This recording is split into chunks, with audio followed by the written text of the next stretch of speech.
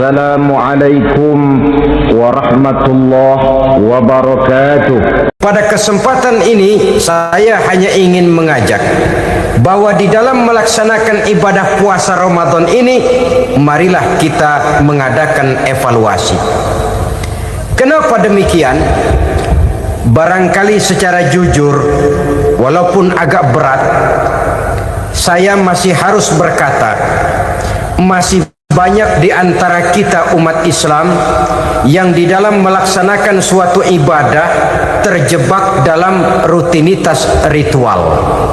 Saudara-saudara kaum muslimin rahimakumullah, jenis puasa yang ketiga kita kenal dengan puasa wajib, dan ini kita laksanakan pada bulan suci Ramadan.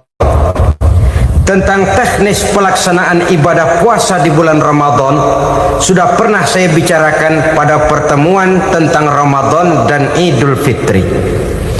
Pada kesempatan ini saya hanya ingin mengajak bahwa di dalam melaksanakan ibadah puasa Ramadan ini, marilah kita mengadakan evaluasi. Kenapa demikian? Barangkali secara jujur, walaupun agak berat, saya masih harus berkata, masih banyak di antara kita umat Islam yang di dalam melaksanakan suatu ibadah terjebak dalam rutinitas ritual. Apa itu rutinitas ritual? Itu bahasa susah. Berhubung saya tidak ingin bicara yang susah-susah, kita bicara yang mudah-mudah saja. Maksud saya, banyak di antara kita umat Islam yang di dalam melaksanakan suatu ibadah itu hanya dengan prinsip asal sekadar gugur kewajiban saja. Akibatnya, sampai sejauh mana ibadah itu berhasil membentuk kepribadian diri kita jarang mengadakan evaluasi dan penilaian. Salat yang penting gugur kewajiban, puasa yang penting sudah gugur kewajiban, haji yang penting sudah gugur kewajiban. Maka jangan heran kalau itu yang jadi prinsip, ibadah lantas tidak punya dampak dalam membentuk kepribadian diri.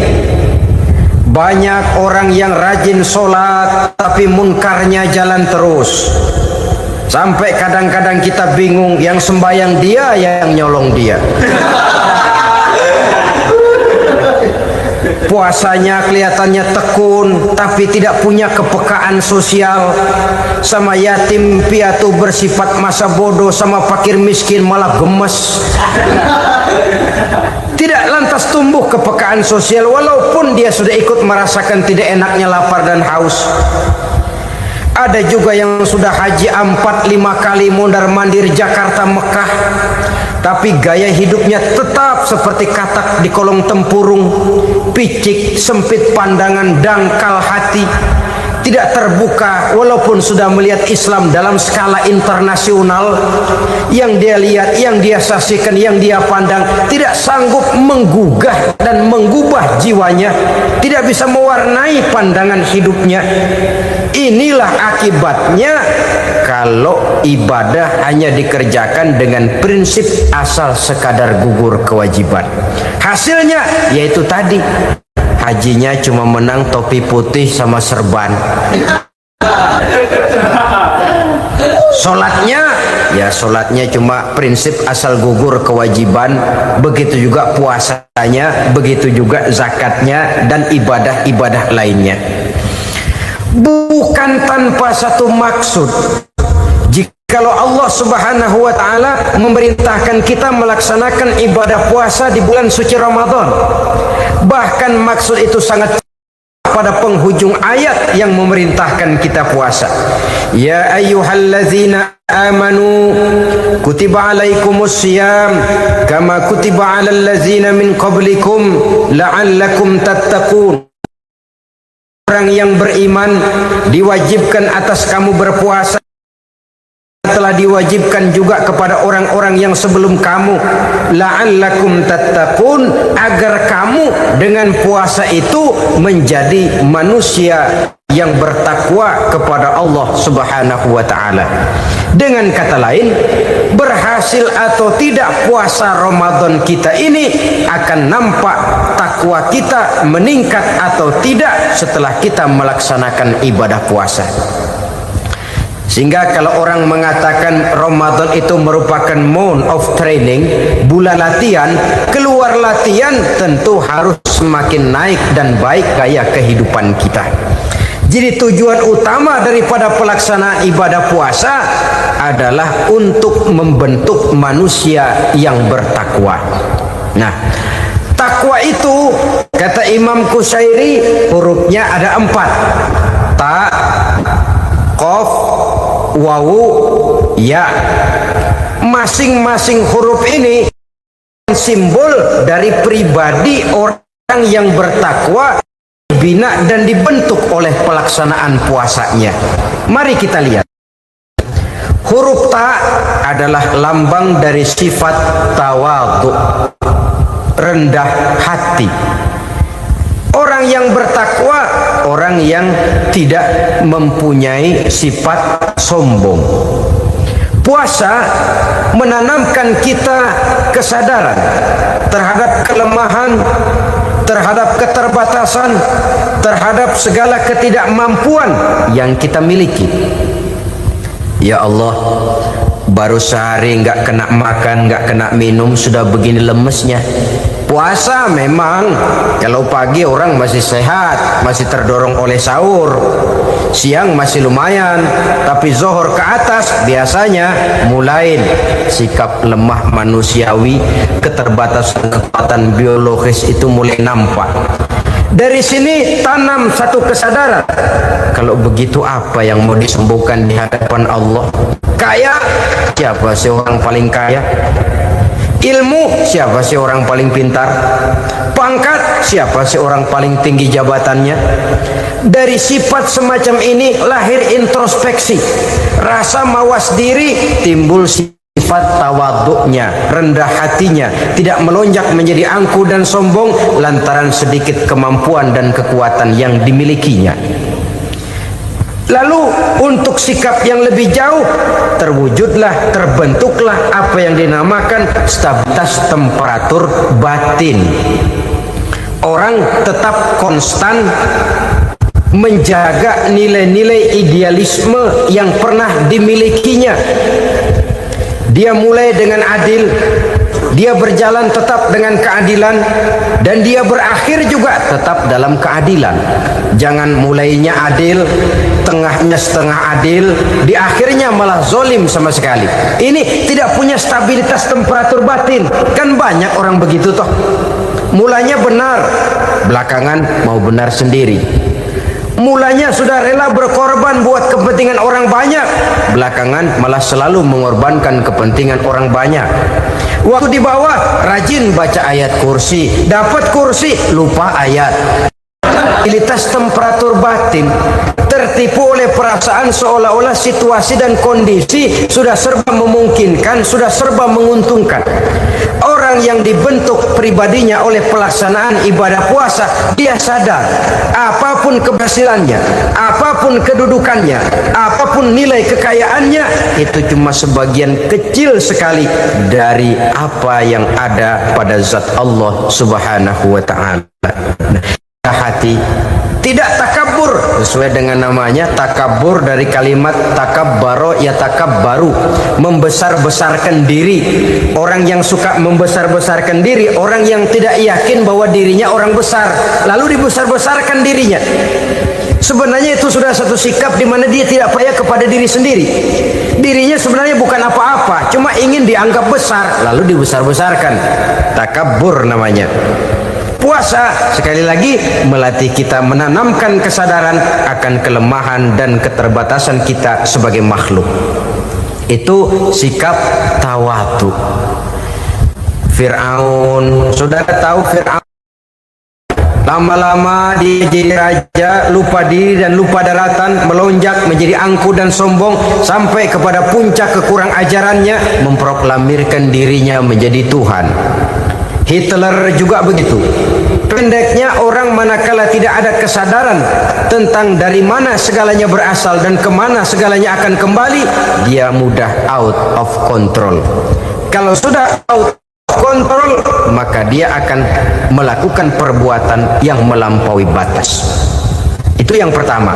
Jadi orang takwa, orang yang rendah hati, salah satu tujuan daripada pelaksanaan ibadah puasa menanamkan sikap rendah hati. Dari sikap rendah hati ini yang timbul lalu apa? Kepekaan sosial.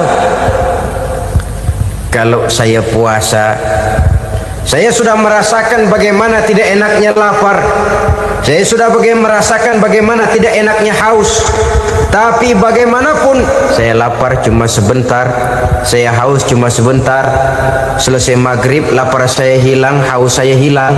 Bagaimana yatim piatu, orang-orang tua jompo yang perlu santunan, orang-orang miskin yang terkapar di kolong-kolong jembatan, yang tiap hari merasakan perasaan seperti ini tanpa tahu kapan hidup dan nasibnya akan berubah, tidur beratapkan langit berselimut koran. Kalau demikian, saya ini beruntung. Kalau demikian, apa yang bisa saya lakukan untuk mereka? Kepekaan sosial ini lalu timbul dalam apa yang orang sekarang namakan solidaritas, kesetiakawanan sosial. Hidup tidak hanya untuk kepentingan diri dan perutnya sendiri saja, tapi mau menolong, mau membantu orang yang memang memerlukan bantuan dan pertolongan itu sendiri. Jangan setelah tahu lapar tidak enak, haus tidak enak, tapi kita tidak mau tenggang rasa, tidak mau timbang rasa. Begini loh tidak enaknya lapar, begini loh tidak enaknya haus. Ini terjadi pada diri saya. Saya masih mampu, masih berbuka puasa. Bagaimana yang tiap hari merasakan seperti ini? Tidak Ramadan, tidak Syawal, tidak Zulqa'dah, tidak Zulhijjah, selalu kelaparan dan kehausan. Dari sana timbul kepekaan sosial.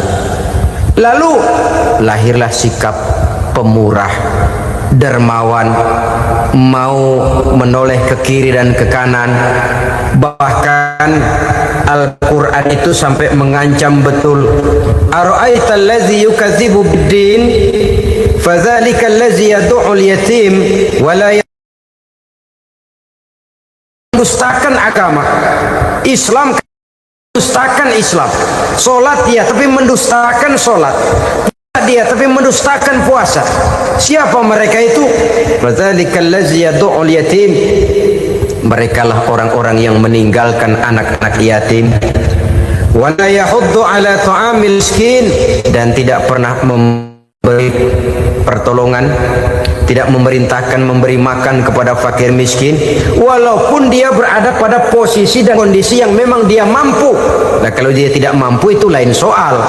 Dia mampu, dia tahu, dan dia diam saja. Itu termasuk yukadzibu biddin, orang-orang yang mendustakan agama. Berlindung kita kepada Allah, jangan sampai termasuk ke dalam kelompok itu. Yang kedua, saudara, huruf takwa itu qaf. Qaf adalah lambang dari sifat qanaah.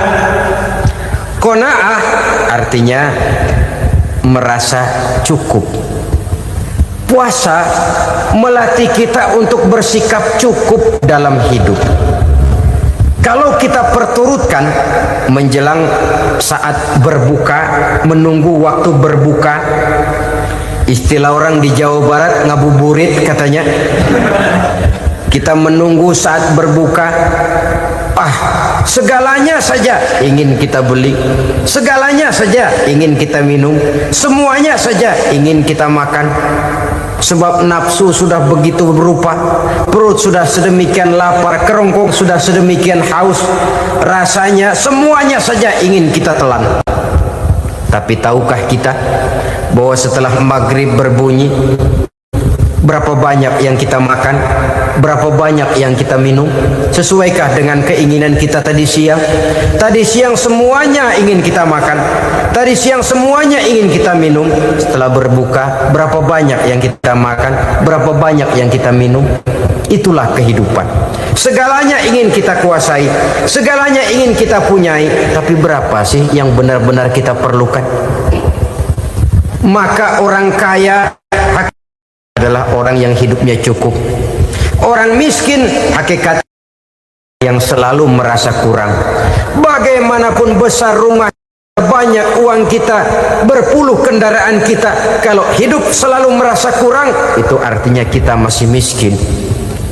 Maka jikalau ingin menjadi orang kaya, kuncinya hakikatnya cuma satu, hati kita merasa cukup dengan yang diberikan Allah, bersyukur atas segala nikmatnya, dan dengan syukur itu, nikmat itu akan ditambah oleh Allah Subhanahu wa ta'ala.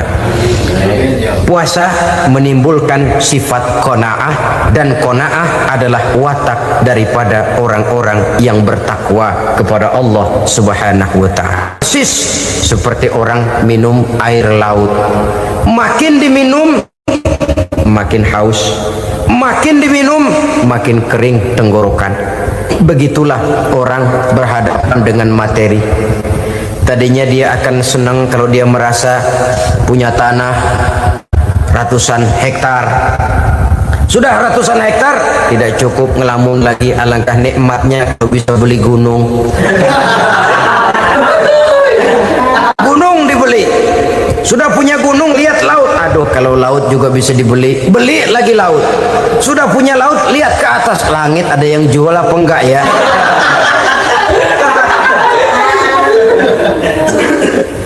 Seperti orang berhadapan dengan air laut yang makin diminum makin membuat kita haus dan makin kering tenggorokan ini.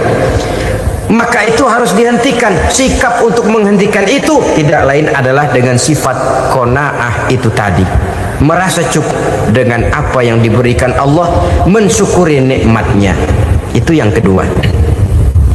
Yang ketiga, pada kalimat takwa ada huruf wawu. Wawu adalah simbol dari sifat wara dengan ain.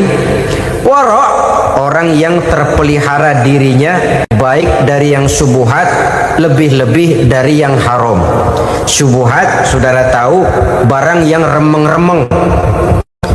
Tapi sungguh pun remeng-remeng, kira-kira prosentasenya 70-30. 70% haram, 30% kemungkinan halalnya. Maka yang subuhat lebih baik dijauhi daripada diambil. Orang yang punya kepribadian wara, dirinya terpelihara, jangankan dari yang haram, dari yang subuhat saja dia sanggup menjaga dan memelihara dirinya. Oleh karena itu saya heran kalau orang di bulan Ramadan dia sanggup menjaga diri di waktu siang dari jenis makanan yang halal, dari jenis minuman yang haram. Ada tahu nganggur di meja siang, enggak dia makan. Ada air teh nganggur di meja siang, enggak dia makan. Padahal itu jenis makanan dan minuman yang halal. Tapi ketika datang maghrib, dia berbuka dengan makanan-makanan yang dibeli dari uang yang dihasilkan dengan cara yang haram. Bukankah itu sesuatu yang terbalik? Bukankah dengan demikian sudah tidak lagi menimbulkan sikap yang bisa memelihara dan menjaga kepribadian diri? Orang yang membiasakan diri terpelihara dari yang subuhat apalagi yang haram, maka baik yang dipakainya, yang diminumnya, yang dimakannya terdirilah dari barang-barang yang baik yang dihalalkan oleh agama. Wara. Kemudian yang keempat, pada huruf kalimat takwa ada huruf yakin.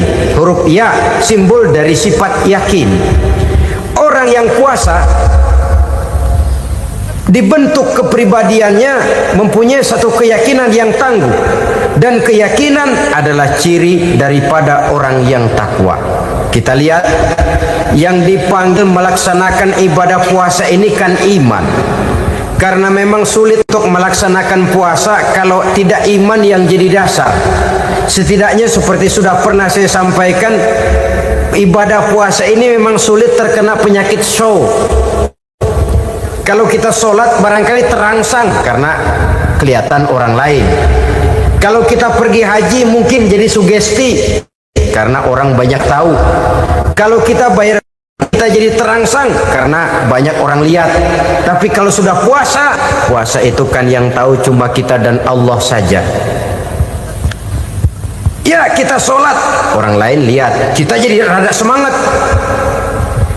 Kita pergi haji, orang lain banyak ngantar, kita semangat. Kita bayar zakat, orang lain banyak saksikan, kita bersemangat. Tapi kita puasa, siapa yang mau nyaksiin kita puasa? Siapa yang mau memuji kita puasa? Siapa yang mau menyanjung kita puasa? Itu cuma urusan kita dan Allah. Oleh karenanya, dasar daripada pelaksanaan ibadah yang haus tenggorokan, segalanya jadi nikmatan. Tidak ada kerja yang lebih indah selain kerja yang didasarkan kepada satu keyakinan bahwa yang kita kerjakan itu adalah sesuatu yang benar. Dalam hal ini sesuatu yang diperintahkan oleh Allah Subhanahu wa taala kepada kita. Saudara-saudara kaum muslimin rahimakumullah. Demikianlah titik evaluasi kita. Jangan berpuasa hanya dengan prinsip asal sekadar menggugurkan kewajiban saja, yang akan berakibat Ramadan tahun ini berakhir begitu, Ramadan terjebak menjalani rutinitas ritualnya saja. Bahkan kadang-kadang yang nyata betul, Nabi menganjurkan tingkatkan ibadah pada 10 hari yang akhir di bulan Ramadan, tanggal 20 sampai akhir Ramadan. Yang kita praktekkan malah kegiatan ibadah kita justru menurun pada 20 Ramadan yang akhir. Coba lihat 20 Ramadan ke atas, itu pasukan tarawih paling kelas 60-70 tahun ke atas. Kemana yang lain sudah berpikir menghadapi lebaran, berpikir pulang mudik, berpikir macam-macam. Akibatnya konsentrasi ibadah lalu buyar. Dianjurkan Rasul tingkatkan ibadah pada 10 hari yang terakhir. Kita malah makin ke akhir makin lancip.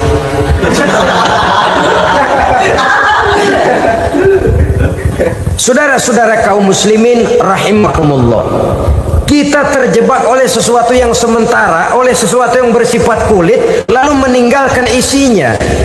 Padahal jikalau kita tidak mengisi Ramadan dengan kegiatan ibadah, berarti kita tidak keluar dari Ramadan dengan jiwa yang baru yang sudah ditempa oleh pengalaman ibadah di bulan Ramadan. Artinya kita tidak kembali kepada fitrah, kesucian seperti saat kita dilahirkan. Lalu kalau kita tidak kembali kepada fitrah, apa yang mau kita rayakan pada Idul Fitri itu? Di mana letak kegembiraan kita? Di mana letak kebahagiaan hati? Kembalikah kita kepada fitrah? Tidak. Benarkah puasa yang kita kerjakan? Kelihatannya juga tidak. Adakah dampak dari pelaksanaan ibadah dalam pribadi kita? Tidak. Kadang-kadang Ramadan selesai malah teriak merdeka.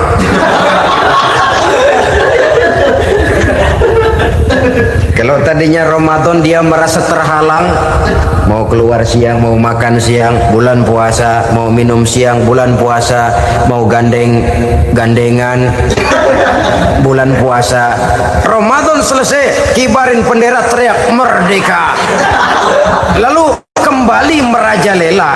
Saudara-saudara, dampaknya tidak akan kelihatan. Padahal puasa yang baik, la'allakum tattaqun, membentuk manusia yang bertakwa kepada Allah Azza wa Jalla.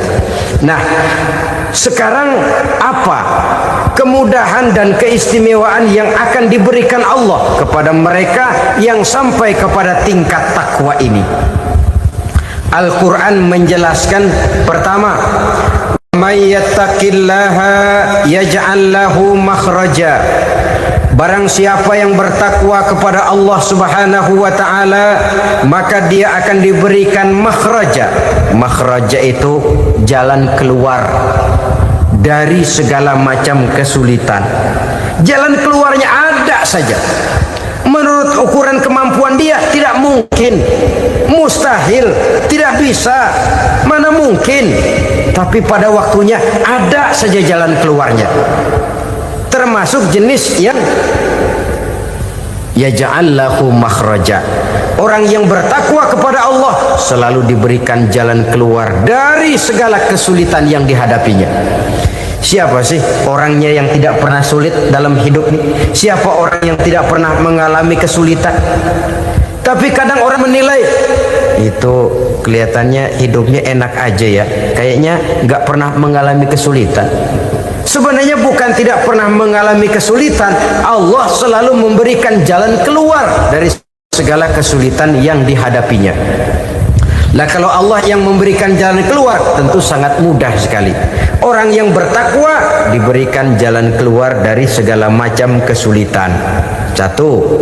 Yang kedua, wa yarzuqhu min haitsu la yahtasib. Dia akan diberikan rezeki oleh Allah dengan jalan yang tidak disangka-sangka. Rezekinya datang dengan cara yang tidak disangka-sangka. Gajinya mungkin kecil, tapi penghasilannya gede. Kan itu yang penting.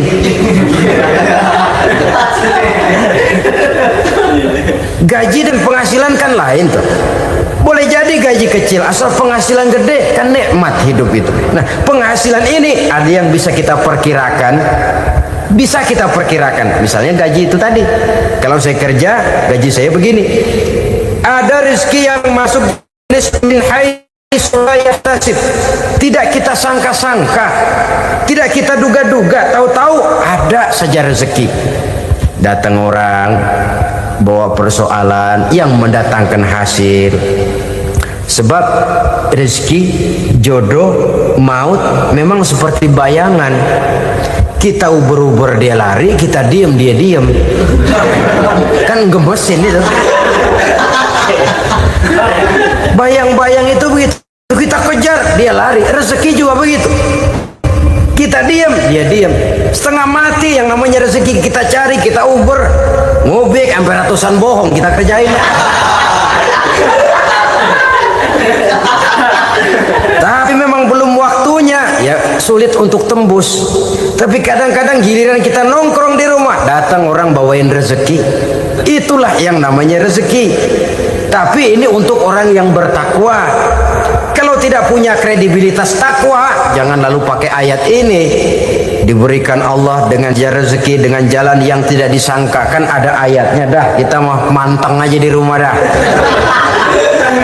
Ntar juga tuh rezeki datang. Ini fasilitas yang diberikan kepada orang yang wa may yattaqillah, bertakwa kepada Allah, yarzuqhu min haitsu la yahtasib, diberikan rezeki dengan cara yang tidak disangka-sangkanya. Maka kadar ketakwaan jangan membuat kita buruk sangka. Tuh orang ya nggak kemana-mana, duitnya ada aja. Kalau dia takwa, Allah berikan jalan keluar. Yang lantas ngelihat kiai orangnya ahli ibadah, ilmunya tinggi, akhlaknya luar biasa, takwanya tinggi, rezekinya lancar, lalu husnuzon nih kiai nggak kemana-mana, duitnya banyak, miara tuyul kali ini. Itu termasuk jaminan Allah yang masuk kategori min haitsu la yahtasib.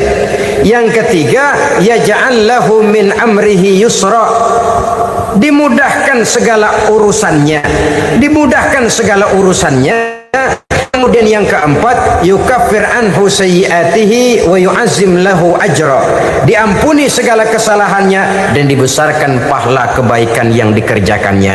Maka mudah-mudahan puasa yang kita kerjakan mengantarkan kita kepada ketakwaan kepada Allah, dan takwa membuka janji Allah kepada kita di dalam kehidupan ini. Kenapa sih kita yakin Quran itu kitab suci? Pertama, ajarannya sesuai dengan fitrah manusia. Suatu kitab dinamakan suci kalau konsep ajarannya sesuai dengan fitrah. Contoh, ini laki-laki ini seneng nggak sama perempuan? Normal. Kalau nggak seneng, saya ragu-ragu. Perempuan seneng nggak sama laki-laki?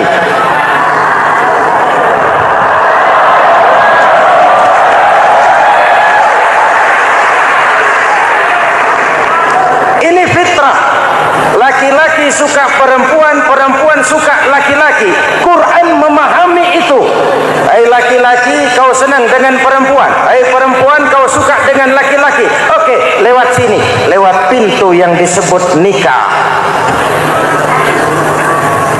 Kalau kitab suci melarang nikah, itu bertentangan dengan fitrah manusia. Maka dalam Quran, mulai dari umat sampai ulama dan segala profesi dianjurkan nikah. Kalau kiai tidak boleh nikah, saya pilih mengundurkan diri, Pak.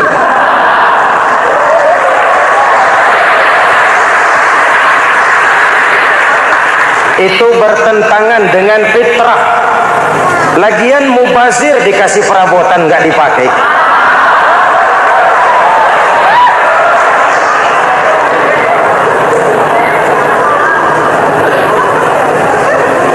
Fitrah. Contoh lagi, manusia perlu makan. Kalau ada kitab suci menyuruh puasa terus dari pagi sampai sore sampai malam sampai pagi lagi, eta teh kitab gelo.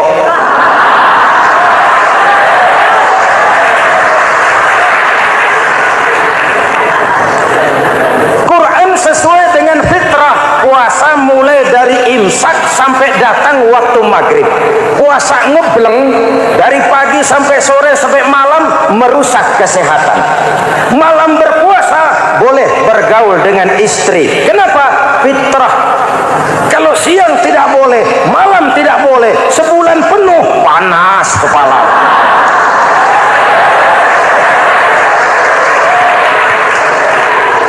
Rontok rambut.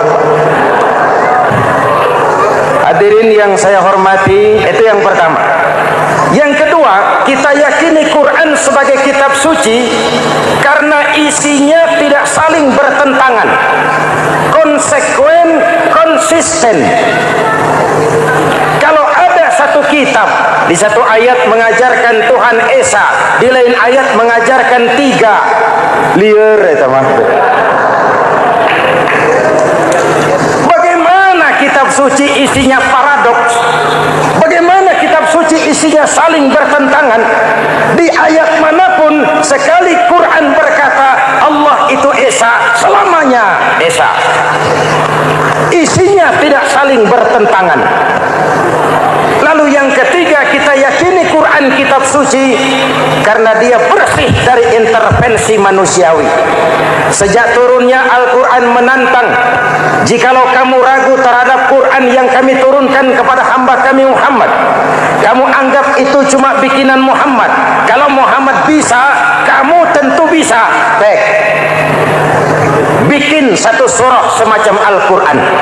14 abad yang lalu tantangan ini turun dan sampai malam ini belum terjawabkan. Pak, barangkali tidak ada yang mau coba. Banyak. Antara lain Musailamah Al-Kazzab. Dia mencoba membuat menandingi Al-Quran. Dia buat satu surah namanya surah Al-Fil. Bunyinya begini, bikinan Musailamah. Al-Fil, wa mal-fil, wa ma adraka mal-fil, lahu khurtumun tawil, wa lahu zail. Sudah berbentuk syair. Isinya apa? Al-fil, gajah. Wa mal-fil, apakah gajah itu? Wa ma adraka mal-fil, tahukah kamu apa itu gajah? Lahu khurtumun tawil, dia punya belalai panjang. Walahu zail, dan dia punya ekor. Gak usah turun ayat begituan, orang tahu.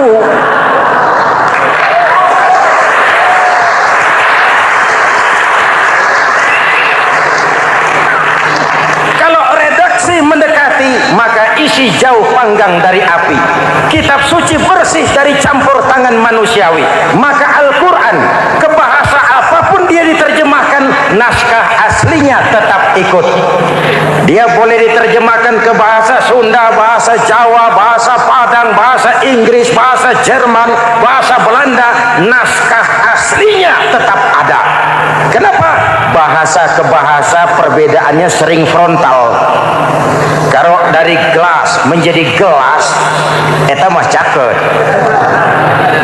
Dari lamp menjadi lampu, itu mah masih serumpun. Tapi cokot Sunda dengan cokot Jawa itu jauh bedanya. Atos Sunda dengan atos Jawa itu jauh. Ulama Sunda sama ulama Jawa nggak pernah akur kalimat atos ini.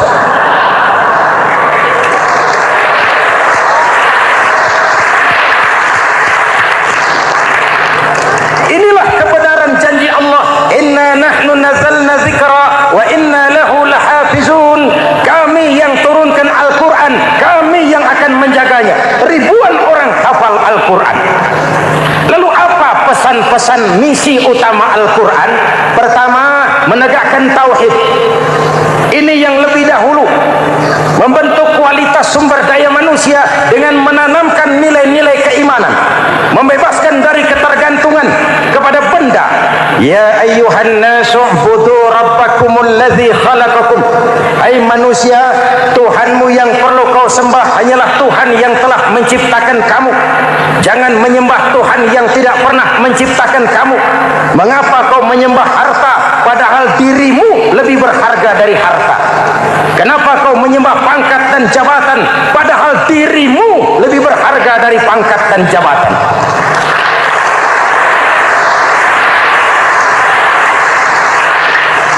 Diajak rasio berpikir, Tuhanmu yang perlu kau sembah hanyalah Tuhan yang menciptakan kamu. Dan Tuhan yang menciptakan kamu itu Tuhan yang lam yalid wa lam yulad, yang laisa kamislihi syai'un, dan itulah Allah Subhanahu wa ta'ala. Ayo orang teh, ayeuna teh boleh pakai teh, ayeuna teh kita teh kalau kepada syirik jali, syirik yang terang-terangan, insya Allah tidak. Nyata-nyata menyembah berhala, tidak. Nyata-nyata menyembah pohon, tidak. Nyata-nyata berkeyakinan Tuhan lebih dari satu, tidak. Tapi kita sering terjebak pada syirik kecil, syirik khafi, syirik yang tersamar. Saya sejak pakai cincin ini, jangankan anak gadis, nenek-nenek ngelihat saya cincin. Jangankan anak gadis, nenek-nenek lihat saya lemes cincin. Ini saya sejak ada perkutut di rumah ini dagang lancar perkutut. Ini Ramadan, bulan penempaan nilai-nilai keimanan. Misi utama Quran menegakkan tauhid, mengurangi kemusyrikan, membebaskan manusia dari ketergantungan kepada benda. Dari situ kualitas sumber daya manusia dimulai. Saya sering mengungkapkan selama ini sistem pendidikan kita cuma mengisi otak, bukan membentuk watak. Otak diisi segala macam ilmu, tapi hati kosong, agama rapuh, akhirnya moral rendah. Muncul manusia-manusia yang pintar, cuma sayang tidak benar. Indonesia kita bangkrut, Indonesia kita terpuruk, Indonesia kita sakit sekarang ini kan ulahnya orang-orang yang pintar tapi tidak benar.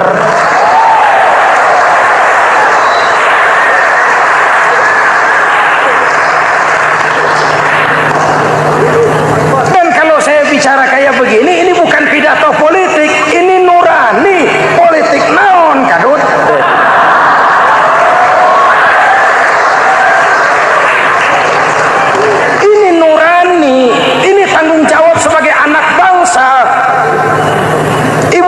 Saudara-saudara hadirin yang saya hormati, Rasul kalau masuk sepertiga yang akhir, sing-singkan lengan baju, hamparkan sajadah, lebih banyak di masjid daripada di rumah.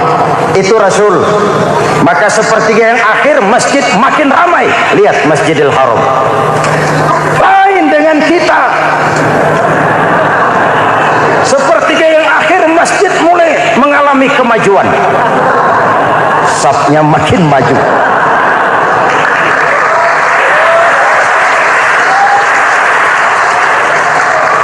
Pasar ramai, terminal beludak. Padahal sepertiga yang akhir itu puncak. Padahal di situ nilai tambah, dan anggap ini Ramadan terakhir yang diberikan Allah kepada kita. Kenapa? Memang tidak ada jaminan tahun depan ketemu Ramadan lagi.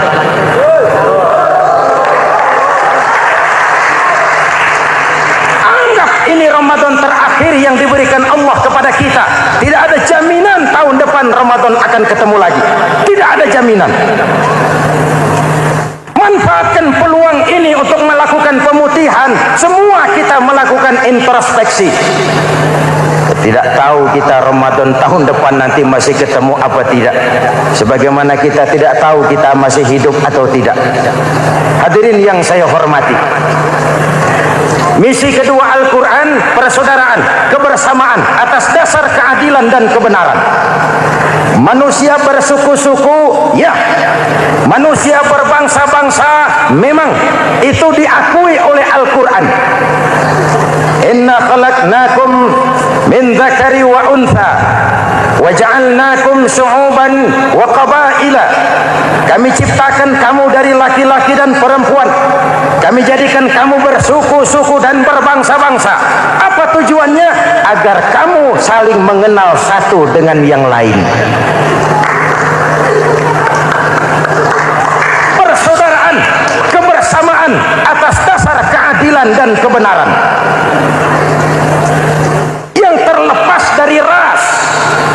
Dari manapun orang datang, apapun warna kulitnya, dari suku apapun ia dilahirkan, kalau akidahnya sama, itu kan saudara kita.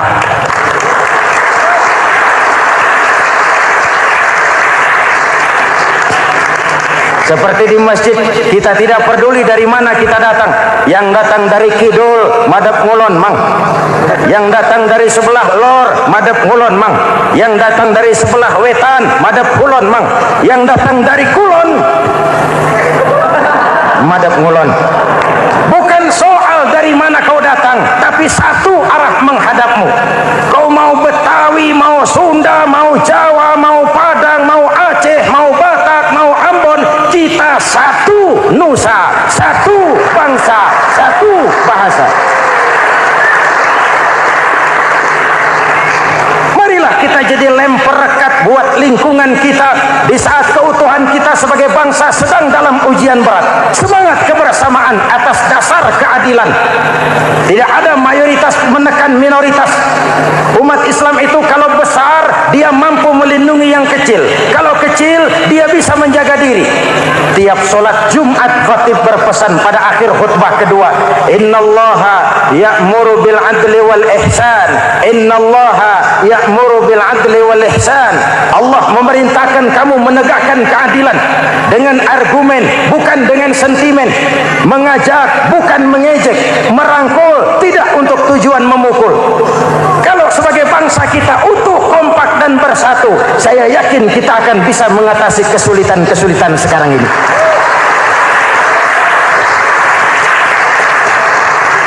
Kan kita prihatin kadang-kadang tawuran antar desa, antar RT, antar RW, antar kecamatan, sampai antar elit di atas. Makanya saya ulang lagi pesan ini, kalau elit di atas tawuran, jadilah penonton yang baik. Saudara-saudara kaum muslimin yang saya cintai, kita prihatin, kita seakan tercabut dari akar budaya kita sebagai bangsa. Kenapa kita yang berfalsafahkan Pancasila, kenapa kita yang berketuhanan yang Maha Esa tiba-tiba jadi beringas dan brutal? Ada maling ayam ketangkap, disiram bensin, dibakar hidup-hidup. Kok kita bisa begitu? Street justice, pengadilan jalanan mulai tegak. Iyalah kita tidak puas dengan kerja aparat kita, tapi jangan main hakim sendiri. Ini negara, bukan hutan.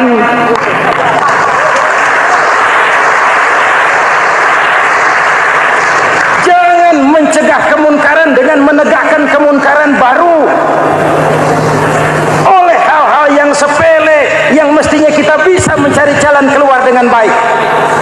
Ayo luruskan saf, rapatkan barisan, satukan langkah, mati, kita satu umat yang satu, diikat oleh Al-Quran.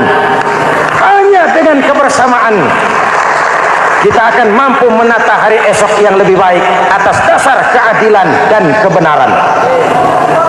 Dulu teh Muhammad Toha teriak takbir ngadepi Belanda. Bung Tomo teriak takbir ngadepi Belanda. Ayeuna takbir ngadepi batur sadulur salembur. Nanaonan.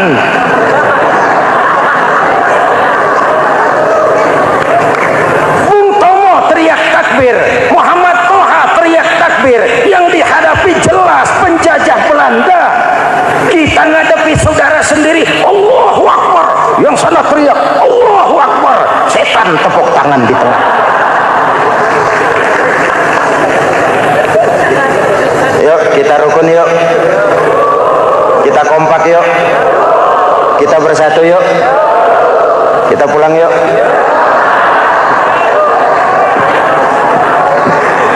Ini misi kedua. Misi yang ketiga, Al-Quran membebaskan manusia dari gaya hidup sekuler.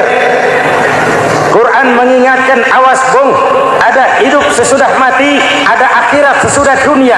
Lebih untung orang yang percaya akhirat daripada yang tidak. Paling tidak hidupnya normatif. Contoh, saudara yakin akhirat ada, lalu saudara hidup baik-baik, menjauhi yang munkar, meninggalkan yang haram, saudara sujud, puasa, jihad, lalu saudara mati. Setelah mati ternyata akhirat tidak ada. Tidak ada ruginya. Paling kurang kita sudah dicatat sebagai orang baik. Sebaliknya, saudara tidak percaya sama akhirat, lalu hidup seenaknya, judi, mabuk, zina, nipu orang, korupsi, tenggelam dalam kemunkaran, lalu mati. Setelah mati ternyata akhirat ada. Kemana anjen? Lebih untung orang yang percaya akhirat ketimbang yang tidak. Hidupnya ada rem.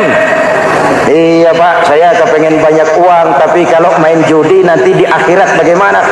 Iya, saya kepengen jadi orang kaya, tapi kalau korupsi, nipu orang, buka peternakan tuyul, nanti di akhirat bagaimana? Gaya hidup yang berkeseimbangan. Ada hidup sesudah mati dan ada akhirat sesudah dunia. Yang keempat, Quran membebaskan manusia dari belenggu kebodohan. Quran ayat yang pertama turun sudah berkata, Iqra, baca, kamu jangan jadi bodoh. Kebodohan menimbulkan kemiskinan, kemiskinan mendekatkan kepada kekufuran. Yang kelima, ini kado buat ibu-ibu. Quran mengangkat harkat, derajat dan martabat kaum wanita. Sebelum Quran turun, sebelum Islam datang, nasib wanita sangat menyedihkan. Dilahirkan hanya untuk melahirkan. Kalaupun berperan, peranannya tidak lebih segitiga. Dapur, sumur, kasur. Kasur, sumur, dapur. Dapur, sumur, kasur. Wanita dilecehkan, sekadar alat pemuas nafsu. Datang Islam, Rasul terenyuh, An-nisa imadul bilad. Wanita adalah tiangnya negara. Jikalau baik wanita, baik negara. Jikalau rusak wanita, hancur negara. Karena wanita, negara jaya. Betul? Karena wanita, negara hancur. Betul? Maka wanita adalah bidadari yang kadang-kadang setan. Kadang-kadang.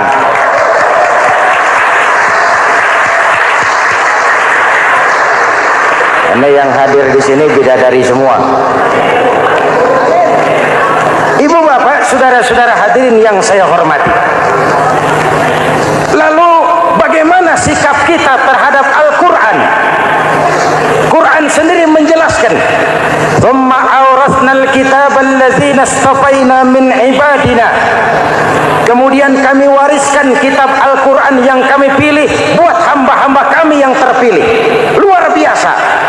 Umatnya umat pilihan, Rasulnya Rasul pilihan, kitabnya pun kitab pilihan. Kami wariskan Al-Quran Al-Quran kepada hamba-hamba kami yang kami pilih. Bagaimana sikap mereka setelah menerima Al-Quran? Terbagi tiga. Pertama, faminhum zalimun li nafsihi. Di antara mereka ada yang setelah menerima Al-Quran lalu zalim kepada dirinya sendiri. Diterimanya Al-Quran dengan lidahnya, tapi ditolak dengan perbuatannya. Mulutnya menjunjung Al-Quran, perbuatannya menginjak Al-Quran. Quran bilang ke barat, dia pergi ke timur. Quran bilang ke selatan, dia berangkat ke utara. Quran bilang haram, dia terjang. Quran bilang halal, dia tidak mau. Orang seperti itu tidak zalim kepada Allah, tapi zalim kepada dirinya sendiri. Mudah-mudahan kita yang termasuk golongan ini. Amin. Yang kedua, wa minhum muqtasid. Di antara mereka ada yang menerima Quran 50-50. Separuh-separuh. Yang enak dilaksanakan, yang berat ditinggal. Padahal pada sisi lain Quran mengajarkan masuklah ke dalam Islam secara total, kafah, jangan separuh-separuh. Ini watak munafik. Kalau dilihat Islam menguntungkan, rame-rame teriak Islam. Ketika diminta berjihad, diminta berkorban, diminta zakat, rame-rame mengundurkan diri. Saya bangkrut pak, saya miskin pak, saya pailit pak. Mental itu dalam awal-awal Baqarah dijelaskan. Kullama adha'a lahum masyaw fihi wa idza adlama 'alaihim qamu. Kalau terang mereka berangkat, kalau gelap mereka mandek. Itu ciri orang munafik beragama. Kalau Islam menguntungkan, rame-rame teriak Islam. Ketika diminta berjihad, berkorban, berjuang, rame-rame mengundurkan diri. Muqtasid. Golongan yang ketiga, ini yang ideal. Wa minhum sabiqum bil khairati biiznillah. Di antara mereka ada yang setelah menerima Al-Quran lalu berlomba-lomba mengamalkannya, berlomba-lomba melaksanakannya. Jangan sampai yang baca Quran dengan suara merdu dapat piala, yang mengamalkan Quran dengan konsekuen dapat penjara.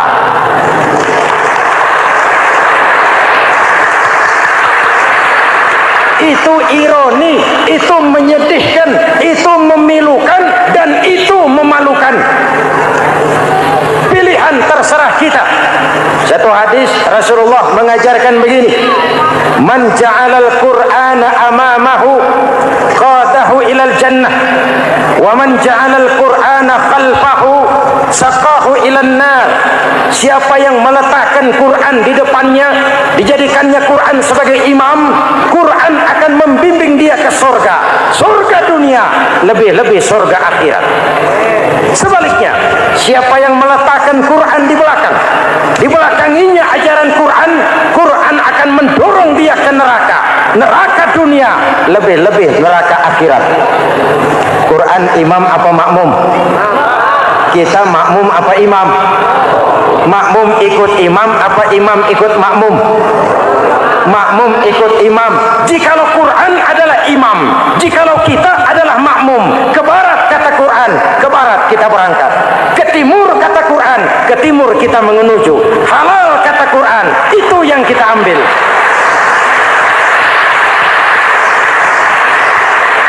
Mari kita jadikan Ramadan sebagai bulan di mana sedikit demi sedikit kita berupaya kembali menjadi generasi yang Qurani. Rasulullah pernah ditanya, kalau Tuhan wafat ya Rasul, kemana kami minta nasihat? Aku tinggalkan kamu dua nasihat. Satu yang diam saja, satu yang bisa bicara. Yang bisa bicara apa ya Rasul? Al-Quran. Minta nasihat Quran. Yang diam saja apa ya Rasul? Maut. Dalam hidup ada dua nasihat. Nasihat yang bisa bicara, Al-Quran. Nasihat yang diam saja, maut. Mau dagang, minta nasihat Quran. Mau bertetangga, minta nasihat Quran. Itu nasihat. Nasihat yang kedua, diam saja, tahu-tahu datang maut. Makanya anggap ini Ramadan terakhir yang diberikan Allah kepada kita, karena tahun depan tidak ada jaminan kita bertemu Ramadan. Manfaatkan 10 yang akhir untuk meningkatkan nilai ibadah kita kepada Allah Subhanahu wa ta'ala. Pada pertemuan kali ini secara khusus kita akan membicarakan tentang puasa ini. Kita akan mulai dari yang pertama, puasa sunnah.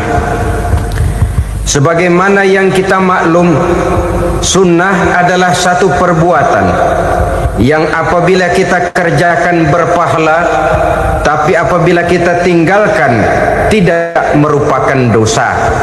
Hanya saja ia merupakan barometer dan ukuran daripada orang-orang yang cinta kepada sunnah itu sendiri. Ada banyak jenis puasa sunnah ini. Yang pertama, puasa sunnah di bulan Muharram. Rasulullah sallallahu alaihi wasallam bersabda, afdalus siyami ba'da Ramadan syahrullahil Muharram wa afdalus salati ba'dal fariḍah salatul lail. Diriwayatkan oleh Muslim dari Abi Hurairah. Puasa yang paling utama sesudah puasa Ramadan tidak lain adalah puasa di bulan Muharram. Dan solat yang paling afdol sesudah solat yang wajib adalah solat pada sepertiga malam yang akhir. Puasa di bulan Muharram merupakan puasa sunnah dan mempunyai nilai yang sangat besar dalam pandangan Allah Subhanahu wa ta'ala. Buat mereka yang mampu melaksanakan puasa sunnah di bulan Muharram ini, boleh melaksanakannya selama 10 hari. Hari yang pertama boleh juga 3 hari saja, atau setidak-tidaknya 1 hari daripada bulan Muharram. Yang kedua, puasa 10 hari daripada bulan Zulhijjah. Karena bulan Zulhijjah ini memang termasuk bulan yang dimuliakan oleh Allah Subhanahu wa ta'ala. Pertama, di sana ada hari Tarwiyah, ada hari Arafah, ada hari kurban, ada talbiyah, ada pelaksanaan haji dengan segala manasiknya. Maka puasa sunnah di bulan Zulhijjah merupakan amalan yang sangat utama dan besar pahalanya dalam pandangan Allah Azza wa Jalla.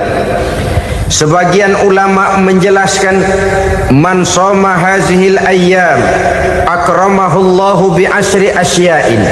Siapa orang yang melaksanakan ibadah puasa sunnah pada hari-hari 10 di bulan Zulhijjah ini, Allah Subhanahu wa ta'ala akan memuliakannya dengan 10 macam perkara. Saudara, ini keuntungannya. Yang pertama, orang yang puasa di hari-hari 10 bulan Zulhijjah diberikan al-barakah fi umrihi, diberikan keberkahan pada umurnya. Setiap kita ingin memperoleh umur yang berkah. Umur yang berkah itu yang bagaimana? Apa yang jumlahnya panjang? Mungkin. Tetapi yang jelas umur yang berkah ini adalah umur yang bisa dipertanggungjawabkan di hadapan Allah Subhanahu wa ta'ala. Artinya umur yang diisi penuh dengan kebajikan, umur yang diisi dengan segala macam kegiatan ibadah, dan umur yang dengan demikian sungguh pun kita sudah mati, jasad terkubur dalam tanah, nama kita akan tetap hidup, dikenal orang oleh karena kebajikan yang kita kerjakan. Saya kira akan lebih merupakan azab ketimbang nikmat kalau orang diberikan umur panjang tapi hanya untuk menumpuk-numpuk dosa saja. Kan lebih baik mana? Umur pendek banyak pahala, umur panjang banyak dosa. Lebih baik mana? Saya yakin yang paling baik tentu umur panjang banyak pahala. Paling sial umur pendek dosa melulu. Sudah diberikan umur pendek tidak seberapa, dosa berlipat ganda. Itu kalau orang kampung bilang tekor namanya. Rugi. Umur pendek hanya untuk menumpuk-numpuk dosa. Boleh jadi kalau umat-umat zaman dulu, saudara, mereka diberikan umur panjang. Nabi Adam, kita tahu Nabi Adam itu 2000 tahun umurnya. Nabi Nuh 950 tahun. Umatnya ya rata-rata segitu itu. Nah, kalau mereka misalnya punya umur 800 tahun, lalu 200 tahun mereka melakukan dosa, kan masih punya restan 600 tahun untuk taubat. Karena umurnya diberikan jatah panjang. Kita ini oleh Allah Subhanahu wa taala, umat Nabi Muhammad ini umurnya pendek-pendek. Kalau nyontoh Nabi 63 tahun saja. Kalau diberikan 70 tahun umur kita sekarang, itu sudah dapat jatah lebih 7 tahun. Alhamdulillah bahwa Allah memberikan saat-saat, waktu-waktu, tempat-tempat yang punya nilai istimewa, sehingga umur yang pendek ini bisa bernilai panjang, nilai ibadahnya bisa bernilai pahala seperti umat yang berumur panjang dahulu itu. Karena itu manfaatkan umur dengan baik, dan salah satu keberkahan daripada umur akan datang dengan melaksanakan ibadah puasa sunnah. Ini yang pertama. Yang kedua, az-ziyadatu fi malihi, diberikan tambahan hartanya, menjadi orang kaya. Kaya apa? Kaya hati setidak-tidaknya. Karena dengan tekun dan rajin melaksanakan ibadah puasa, yang segera tertanam dalam jiwa seseorang merasakan cukup di dalam kehidupan. Itulah dia orang yang paling kaya, orang yang hidupnya paling cukup. Kalau orang sudah merasa cukup dalam hidupnya, maka itulah dia orang yang kaya. Saudara-saudara kaum muslimin rahimakumullah, puasa sunnah memberikan tambahan harta, usahanya berkembang, dengan demikian membawa keberkahan, hartanya makin bertambah, akan menunjang ibadahnya kepada Allah, lebih memantapkan dan membawa ketenangan dalam hidupnya. Itu termasuk berkahnya melaksanakan puasa sunnah itu. Yang ketiga, al-hifzu fi iyalihi, diberikan penjagaan, perlindungan terhadap keluarganya. Anaknya sehat, sanak famili dan handai tolannya terjaga dan terpelihara dari segala malapetaka, dari segala mara bahaya. Kesehatannya terjamin dan terpelihara. Itu sudah merupakan modal yang sangat besar di dalam kita mengarungi kehidupan. Sebab rasanya sulit untuk bahagia. Duit kita banyak sekali. Usaha kita selalu mendatangkan untung yang berlipat ganda. Tapi sebentar-sebentar anak kita sakit, yang ampek, yang korengan, yang kena musibah, ndak karu-karuan sakit, berobat sampai jutaan rupiah. Itu kan sudah tidak membawa kebahagiaan. Uang masuk yang begitu banyak jumlahnya, habis akhirnya untuk berobat saja. Sebenarnya hitung-hitung ya seri-seri juga. Usaha berhasil, duit banyak, habis untuk berobat. Lah sama juga saudara-saudara. Jadi dengan demikian, biar duit kita banyak, asal keluarga pada sehat saja, udah enak bener itu. Duit banyak, ekonomi cukup, keluarga sehat, nikmat rasanya menjalani kehidupan ini. Yang kiamat sudah duit kagak barang seperak, keluarga ampek semua. Kiamat sudah. Saudara hadirin yang saya hormati, jadi yang ketiga, Allah memberikan pemeliharaan terhadap keluarganya. Satu kali orang dipelihara Allah, tidak satu kekuatan pun yang bisa mencelakakan. Satu kali orang disengsarakan Allah, tidak satu tenaga pun yang mampu menyelamatkannya. Itulah sebabnya perlindungan Allah, pemeliharaan Allah terhadap diri dan keluarga sangat kita perlukan di dalam kehidupan ini. Dengan melaksanakan ibadah puasa, kita mendekatkan diri kepada Allah. Dengan dekat kepada Allah, maka Allah pun dekat kepada kita. Sehingga dalam hadis qudsi dikatakan, ta'arraf ilallahi firraha ya'rifka fi syiddah. Ingatlah kepada Allah di waktu kamu senang, agar Allah ingat kepada kamu di waktu kamu susah. Yang kita laksanakan kadang-kadang sebaliknya. Waktu susah kita ingat Allah, waktu senang kita lupa Allah. Akhirnya nanti pada waktu kita melarat, kebelangsak, susah dan sebagainya, pertolongan tidak akan datang kepada kita. Benar, ta'aruf ilallah firraha ya'rifka fisyiddah.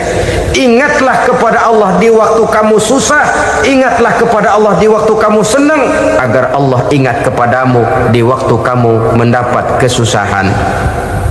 Umumnya watak manusia memang kalau sudah dapat susah, ingat kepada Allah. Waktu duduk, waktu berbaring, sambil tidur, dalam segala keadaan Allah disebutnya, Allah dimintakan pertolongannya. Tapi dikala dia berada pada posisi di atas angin, merasa senang, bahagia, Allah terlupakan. Saudara-saudara kaum muslimin, itu yang ketiga. Yang keempat, at-takfiru li sayyiatihi. Orang yang melaksanakan puasa sunnah itu diampuni segala dosa dan kesalahan yang telah dilakukannya. Dan yang kelima, at-tad'ifu li hasanatihi, diberikan balasan yang berlipat ganda dari segala kebaikan yang dikerjakannya. Satu berbalas 7, 7 bisa berbalas 10, 10 masih berbalas 100, masih ditambah dengan wallahu yudha'ifu liman yasha. Allah melipat gandakan pahala orang-orang yang dikehendakinya. Maka carilah satu kebaikan yang apabila kita kerjakan, dosa akan dihapus dan nilai pahalanya menjadi berlipat ganda. Satu kali kita bekerja, 2-3 bisa kita raih dan kita jangkau. Yang keenam, orang yang melaksanakan puasa sunnah di bulan Zulhijjah, at-tashil li sakarati mautihi, diberikan kemudahan pada saat menghadapi sakaratul maut. Maut a mysterious problem. Dia adalah pintu yang setiap orang pasti akan memasukinya. Bahwa mati adalah mati, itu semua kita tahu. Tapi hakikat orang pada saat menghadapi mati itu kan berbeda-beda. Ada yang matinya itu gampang sekali, persis orang tidur saja, tidak nampak gelisah, tidak bikin susah yang hidup, tidak gelimpangan di tempat tidur, persis seperti orang mau tidur saja. Ada yang sulit sekali menghadapi sakaratul maut, gelimpangan di tempat tidur, bikin bingung orang yang nunggu. Kadang-kadang seperti kerbau digorok lehernya. Saudara-saudara, sulit menghadapi sakaratul maut. Oleh karena itu Rasulullah sallallahu alaihi wasallam sering beliau itu kalau berdoa membaca Allahumma hawin alayya fi sakaratil maut. Ya Allah, mudahkan saya di dalam menghadapi sakaratul maut. Rasulullah saja, saudara, orang yang ibadahnya paling banyak, orang yang hatinya paling bersih, orang yang akhlaknya paling luhur, masih berdoa semacam ini, mohon dimudahkan oleh Allah agar mudah menghadapi sakaratul maut. Apalagi kita, terus terang kita ini paling-paling kelas mukhtalid, bangsa sama pahala mau sama dosa doyan. Lebih perlu lagi menghadapi sakaratul maut, sehingga apabila malaikat maut datang menjemput nyawa kita, dimudahkan, jangan dibikin sulit, supaya mudah. Jadilah orang baik-baik. Biasanya kalau banyak yang mati, malaikat maut juga kali main-mainin dulu tuh orang, kutak-katik, ditakut-takutin dan segala macam. Saudara hadirin yang saya hormati, maka menghadapi sakaratul maut ini merupakan kunci. Apakah seseorang bisa husnul khatimah atau bisa su'ul khatimah? Salah satu jalan untuk memudahkan diri menghadapi sakaratul maut, melaksanakan puasa sunnah di bulan Zulhijjah ini. Yang ketujuh, ad-diya'u li zulumati qabrihi, diberikan terang di alam kuburnya. Kubur, saudara saudara tahu, saudara tentu sering lihat orang dimasukkan ke liang lahat, ditutup dengan papan, dinding ari kata kita di kampung, lalu diuruk lagi dengan tanah. Dalamnya liang lahat, gelapnya liang lahat, gelapnya diuruk dengan tanah, gelapnya di dalam kubur, 3 gelap yang menjadi satu. Bapak moyangnya gelap.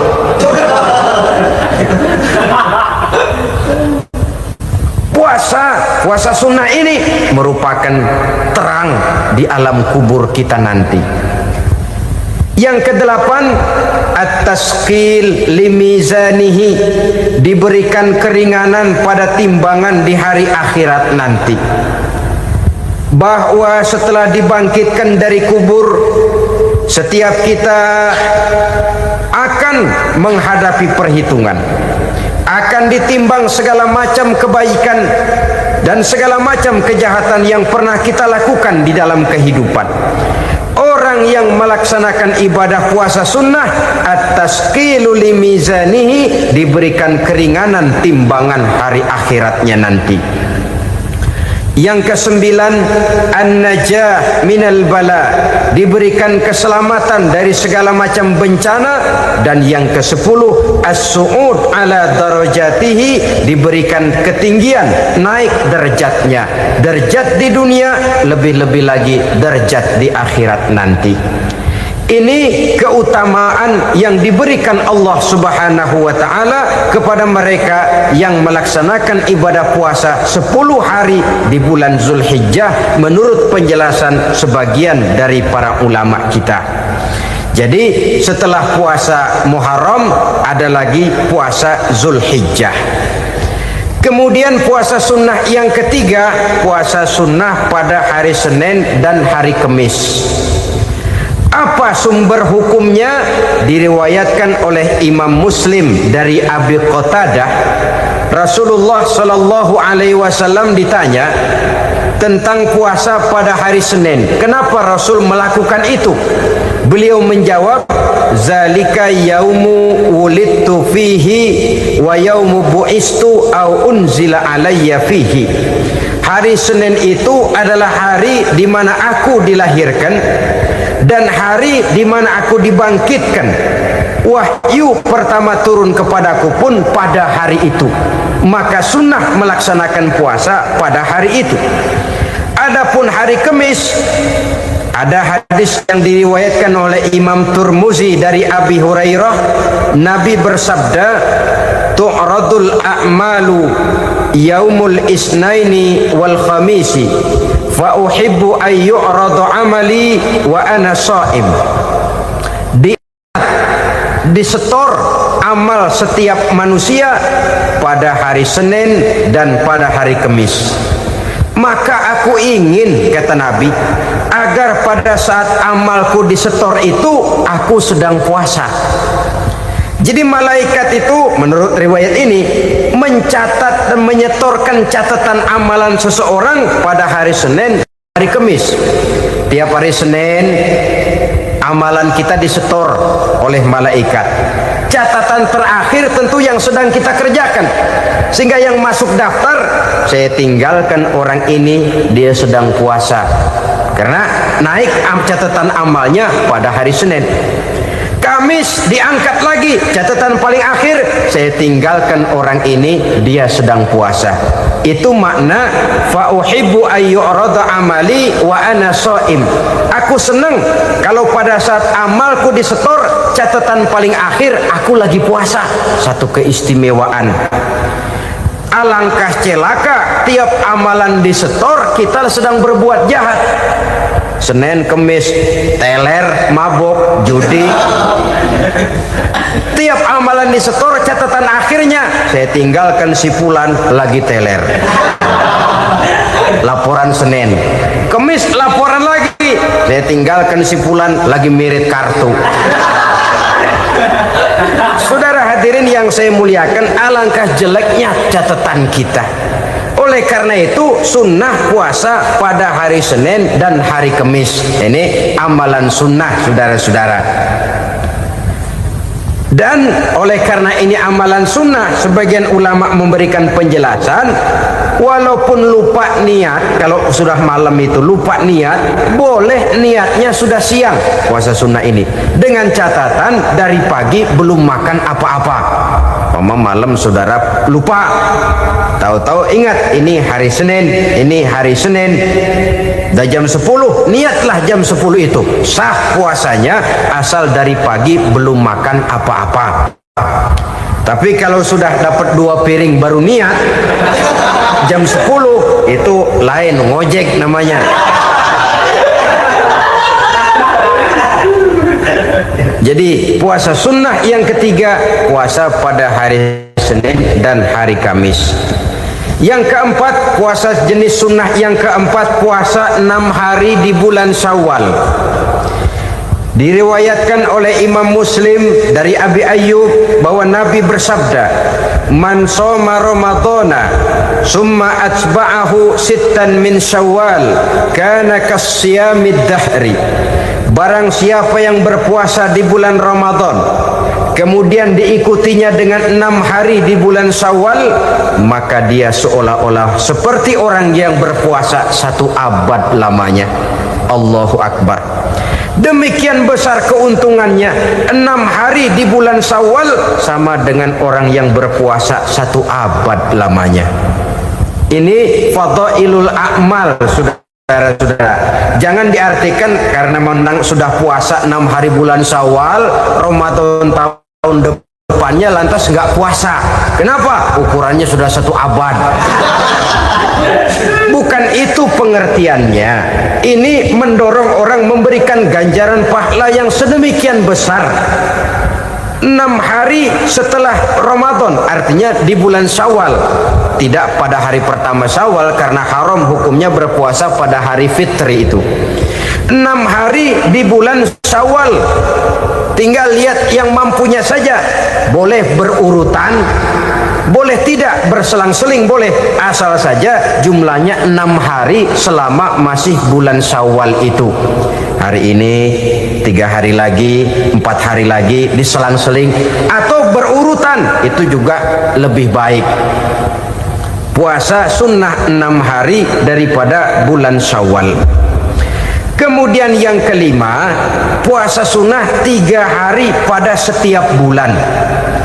3 hari pada setiap bulan. Diriwayatkan oleh Imam Bukhari dan Muslim dari Abi Hurairah. Abi Hurairah bercerita, "Ausani Khalili sallallahu alaihi wasallam bisalasin." Kekasih saya Rasulullah berwasiat kepada saya, memesankan benar-benar kepada saya untuk melaksanakan 3 amalan yang terpuji. Pertama, siyamu salasati ayyamin min kulli syahrin. Puasa 3 hari dalam setiap bulan. Ini wasiat yang pertama. 3 hari pada setiap bulan. Tidak peduli bulan apa saja. Dalam artian ya bulan menurut perhitungan Islam ya. Muharram, Safar, Rabiul Awal, Rabiul Tsani, Jumadal Ula, Jumadil Akhir, Rajab, Sya'ban, Ramadan, Syawal, Zulqa'dah, Zulhijjah dan selanjutnya. 3 hari pada setiap bulan.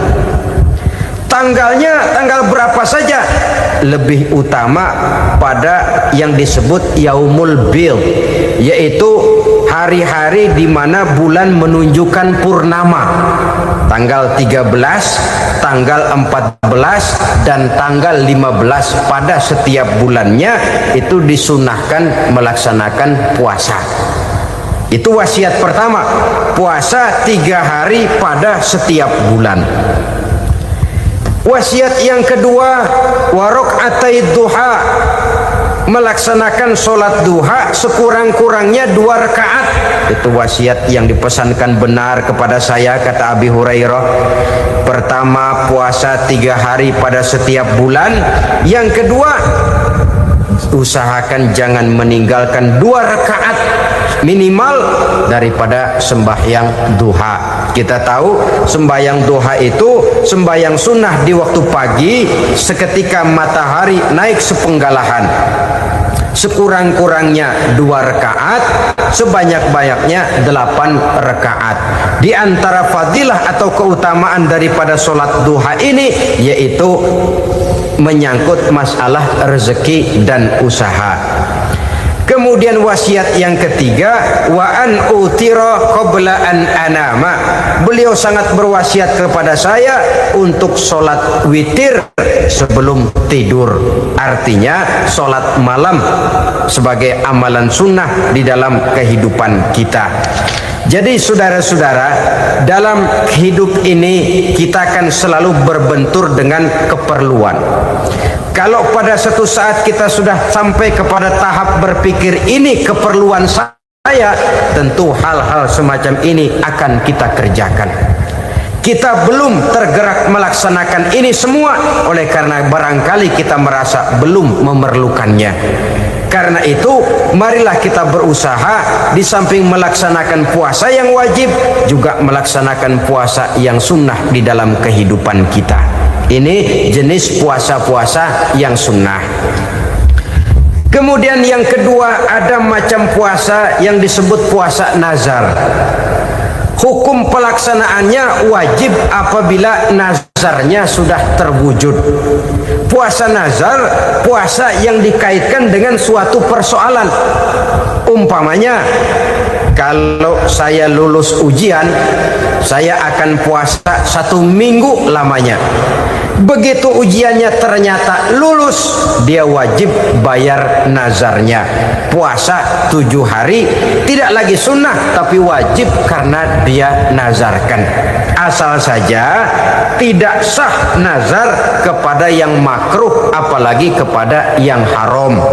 Umpamanya nazar, kalau tembus 6 nomor mau puasa 3 hari. Itu nazar semacam itu bukan saja tidak sah tapi haram hukumnya. Tidak boleh nazar kepada yang makruh apalagi kepada yang haram. Jadi apabila maksud yang sudah kita niatkan tercapai, wajiblah nazar itu dibayar, yaitu kalau nazarnya sunnah melaksanakan ibadah puasa. Kita akan mulai dari yang pertama.